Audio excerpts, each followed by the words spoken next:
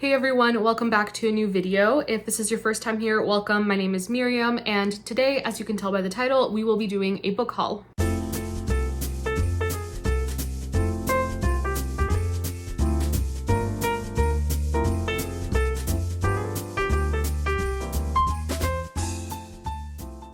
It was my birthday in November, and I just wanted to say thank you to each of you who sent me a book. You did not have to. It truly just made my birthday this year, and I'm so thankful. So I will be sharing the birthday blessings that I received, as well as some books that I have purchased kind of to treat myself for my birthday. That's always an excuse. But before we do go over the books that I am hauling, I just want to quickly mention that this month, for the last month of the year, I won't be posting very regularly. I do have some video ideas. I just don't know if I'll have the chance to film, and if I do, that's wonderful. I guess you'll see whatever videos I do manage to, put out, but I just don't think I'm going to be able to post a lot this month, maybe just a couple videos. I do have my November wrap up that I have to film and upload, but besides that wrap up and a couple videos towards the end of December, I'm just not sure I'll have a lot of time to film. It's just going to be very busy with work, and my sister is supposed to have her baby any day now, so if I do manage to film some videos, you will see them. If I kind of disappear for the next few weeks, you know why. It's just going to be very busy, but I will be prioritizing reading for sure. It is always my priority hobby, so I will continue to be reading. I just won't be able to post as much. But on to the book haul. So there are a couple books that I ordered in November, and they actually won't arrive until the end of December, so I won't be able to show them to you for a while. But I did order 2 books off of Amazon that are used, and so they're being shipped from the UK, and it's just going to take a while for them to get here. One of them is What Kitty Did Next, and this one I am really excited to read for Jane Austen July. I'm hoping to save it for then. It's about Elizabeth Bennet's sister Kitty, who we don't get very much of in Pride and Prejudice, so I'm very excited to read this book and see kind of how the author tells Kitty's story. And then I also ordered The Letters of Elizabeth Gaskell, which I am so excited for. I cannot wait to have this collection of letters in my hands. I kept looking this book up on the internet and trying to find someone who was selling it for a reasonable price because it's out of print, and all the used copies were just ridiculously expensive. But I managed to find a very affordable copy through Amazon, and I was just so excited. So I ordered it, and I cannot wait for it to arrive in the mail. It's just going to be another few weeks, but I did want to mention those 2 books that I ordered. I just don't have them yet. I do have a couple other books that I thrifted, and I'm very excited for the both of them. First up, we have Bath Tangle by Georgette Hare, and I have only read a few Georgette Hare books, but I do want to read everything she's written.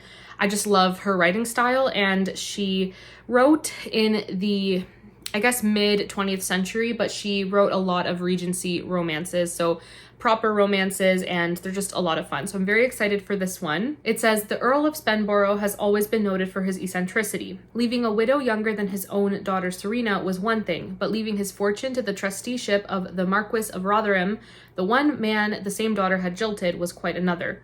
When Serena and her lovely stepmother, Fanny, decide to move to Bath, Serena makes an odd new friend and discovers an old love. Before long, they're all entangled in a muddle of marriage and manners, the likes of which even Regency Bath has rarely seen. I'm just looking forward to this book. I do like to read Regency romances more in the spring and summer, so I am very much looking forward to this. This next book, I didn't even know it existed until very recently when I saw someone talk about it on their channel, and that is A Modern Comedy by John Galsworthy.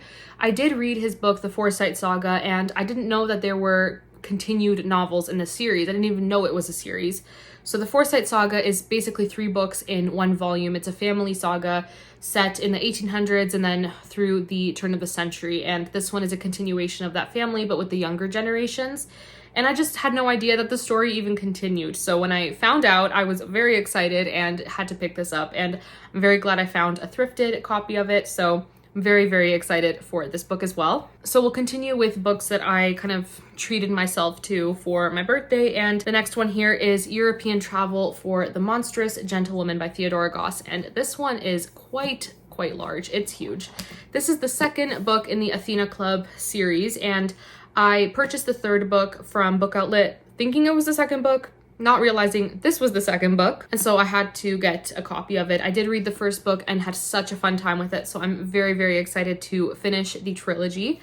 And I'm not going to read the back of this one just because it is the 2nd book in a series, but The series follows a group of girls, and they are basically the descendants of well-known characters from Gothic novels and mystery novels. And so we have Mary Jekyll, Diana Hyde, and just a few other girls. And then we also have Sherlock and Watson in the series, which is so much fun. And I really loved the first book. So very, very excited for this one. This next book is A Curse for True Love by Stephanie Garber. And this is the third book in the Once Upon a Broken Heart trilogy. And I'm not going to talk about this one just because it is the third book. And I already read it in November. So I bought it and read it very quickly.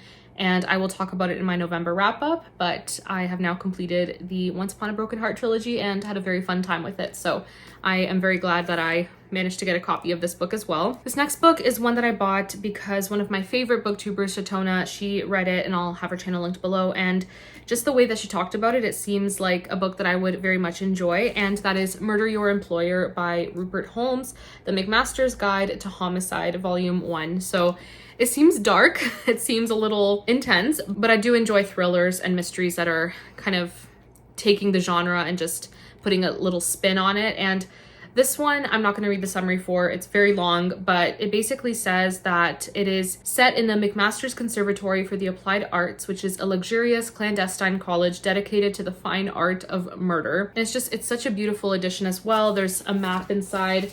It does have some illustrations as well. So I'm just very excited to see what I end up thinking about this one. And I'm not sure how dark it'll get, but based on how Shatona talked about it, I think I will enjoy it. I also got 2 books by the same author. We have The Last Bookshop in London by Madeline Martin, which I read and absolutely adored.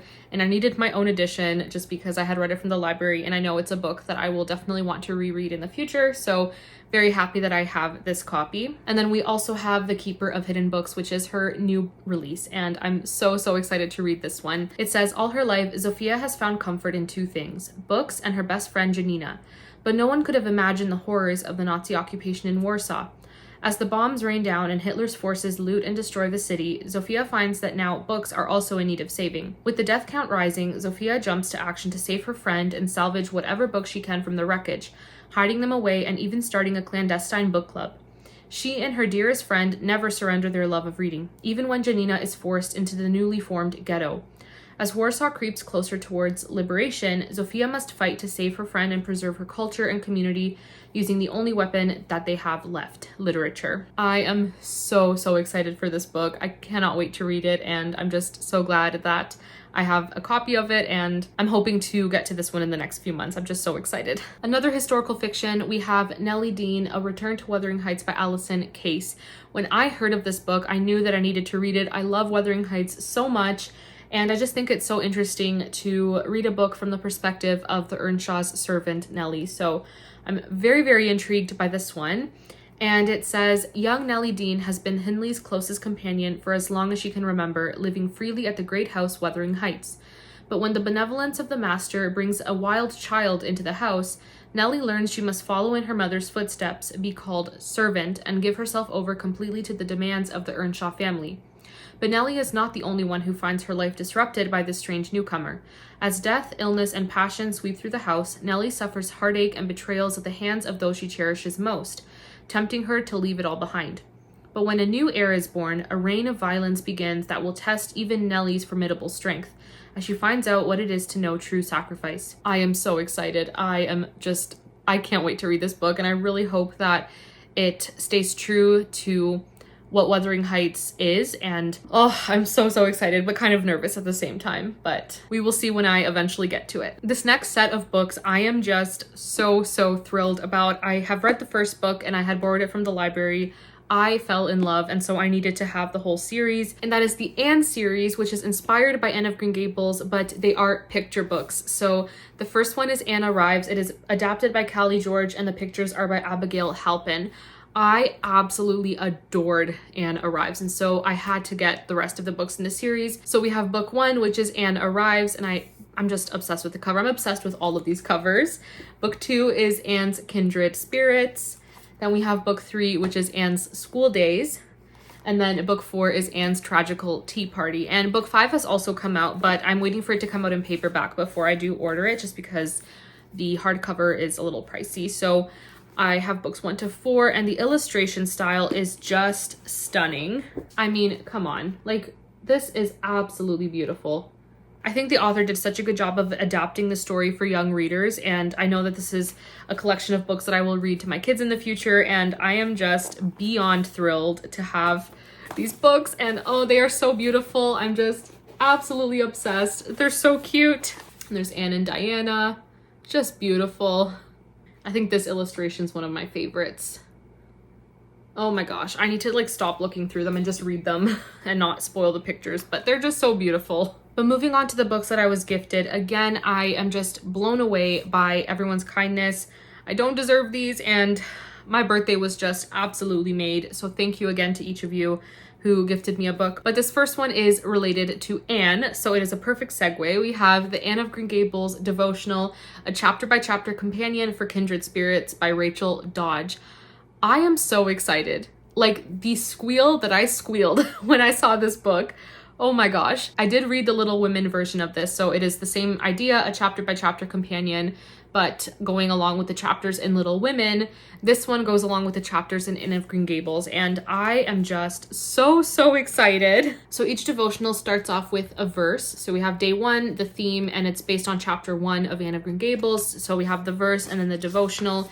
And then at the end, there is a personal application section and prayer for today. And this one was gifted by my amazing friend, Amanda from Book Lover Amanda. And everyone who I mentioned, I will have their channels linked below if they do have a channel. And just thank you so much, Amanda. This means so much to me. Thank you. And from my beautiful friend, Chrissy, she sent me Joy to the World by Spurgeon, Daily Readings for Advent. I already started this book, and I just know it's going to be such a wonderful journey through each day, and I'm just so beyond thankful. So thank you, Chrissy. My very first Advent devotional I did last December, so I'm very excited to try a new one each year and, you know, even come back to some really good ones. But this one I'm already very much enjoying, and I just can't wait to keep reading. So thank you again, Chrissy. This is such a blessing. My wonderful friend Nicole sent me 2 books, which absolutely blew my mind. And the first one here is Dear Mrs. Bird by A.J. Pierce. This one I've heard nothing but praise for, and I think it's going to be a book that I very much enjoy. I'm also obsessed with this cover. It is so beautiful. But this one says, a young woman in 1940s London who longs to be a war correspondent inadvertently becomes a secret advice columnist. Emmeline Lake and her best friend Bunty are doing their bit for the war effort and trying to stay cheerful despite the German planes making their nightly raids. Emmy dreams of becoming a lady war correspondent, and when she spots a job advertisement, she seizes her chance. But after a rather unfortunate misunderstanding, she finds herself typing letters for the formidable advice columnist Henrietta Bird. Mrs. Bird is very clever. Letters containing any unpleasantness must go straight into the bin. But as Emmy reads the desperate pleas, she begins to write back to the women who have poured out their troubles. Dear Mrs. Bird is an irresistible love letter to the enduring power of friendship, the kindness of strangers, and the courage of ordinary people in extraordinary times. It sounds so good. I can't wait to read this. And Nicole also sent me Sons of Blackbird Mountain by Joanne, I think it's Biscoff. I could be wrong, but I am also very excited for this book. It says, a tale of family, brotherhood, and the healing power of love. After the tragic death of her husband, Avon Norgard is beckoned to give up her life in Norway to become a housekeeper in the rugged hills of 19th century Appalachia. Upon arrival, she finds herself in the home of her late husband's cousins, 3 brothers who make a living by brewing hard cider on their 300-acre farm. Yet even as a stranger in a foreign land, Avon has hope to build a new life in the tight-knit family. But her unassuming beauty disrupts the bond between the brothers. The youngest 2 both desire her hand, and Avon is caught in the middle, unsure where and whether to offer her affection. While Hakon is bold and passionate, it is Thor who casts the greatest spell on her. Though deaf, mute, and dependent on hard drink to cope with his silent pain, Thor possesses a sobering strength. As autumn ushers in the apple harvest, the rift between Thor and Hakon deepens, and Avon faces a choice that risks hearts. Will 2 brothers longing for her quiet spirit tear apart a family? Can she find a tender belonging in this remote, rugged, and unfamiliar place? So even though I'm not a huge fan of love triangles, I do think that this book is going to take that trope and do it in a way where it makes sense and it's realistic. And they are realistic. It happens. So I'm very intrigued, and I've heard amazing things about the way that the disability representation is done in this book, so I am just beyond excited to read it. My wonderful friend Lindsay also sent me 2 books, and they are both very Victorian. The first one here is How to Be a Victorian. This is by Ruth Goodman, and I am so so excited for this book. This is a very particular type of nonfiction that, if written well, I think I will love. And I've heard really, really good things about the writing style and just how immersive this is. So I am so excited for this book. And it says, what was it really like to be a Victorian? We know what life was like for Victoria and Albert, but what was it like to be a commoner like you or me? How did it feel to cook with coal and sprinkle tea leaves on the carpet, drink beer for breakfast and clean your teeth with cuttlefish, dress in whalebone and feed opium to the baby? Drawing on historian Ruth Goodman's unique first-hand experience gained from living for a year on a Victorian farm, as well as a life devoted to practical historical study, this book will teach you everything you need to know about 19th century living from morning to night, kitchen to textile mill. I am so excited. Just so excited. And Lindsay also sent me A Royal Christmas by Louise Cooling, and this one is just a book basically about how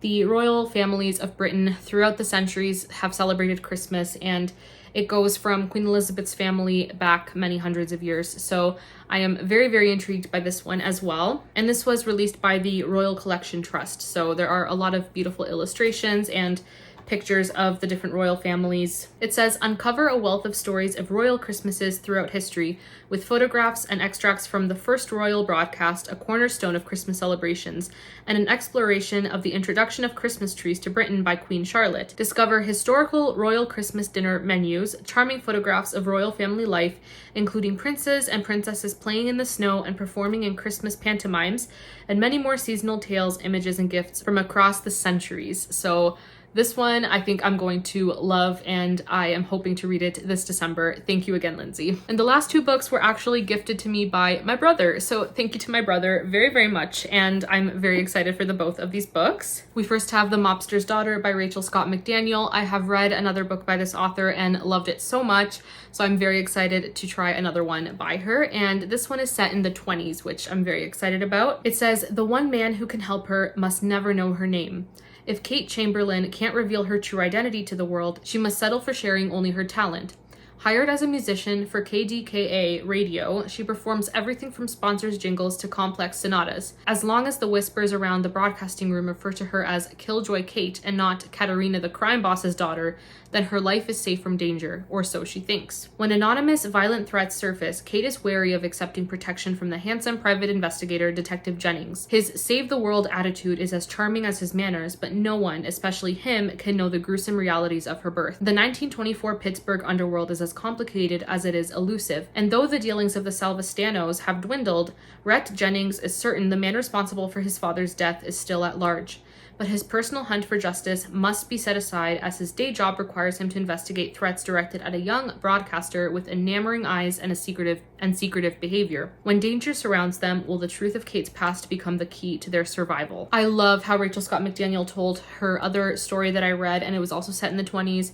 And it was so good. So I'm very excited for this one. And last but not least, we have Blood on the Tracks, Railway Mysteries, edited by Martin Edwards. And this is by the British Library Crime Classics. I have read another of the British Library Crime Classics, and it was the Silent Nights collection of short stories. So they were set around the Christmas holidays.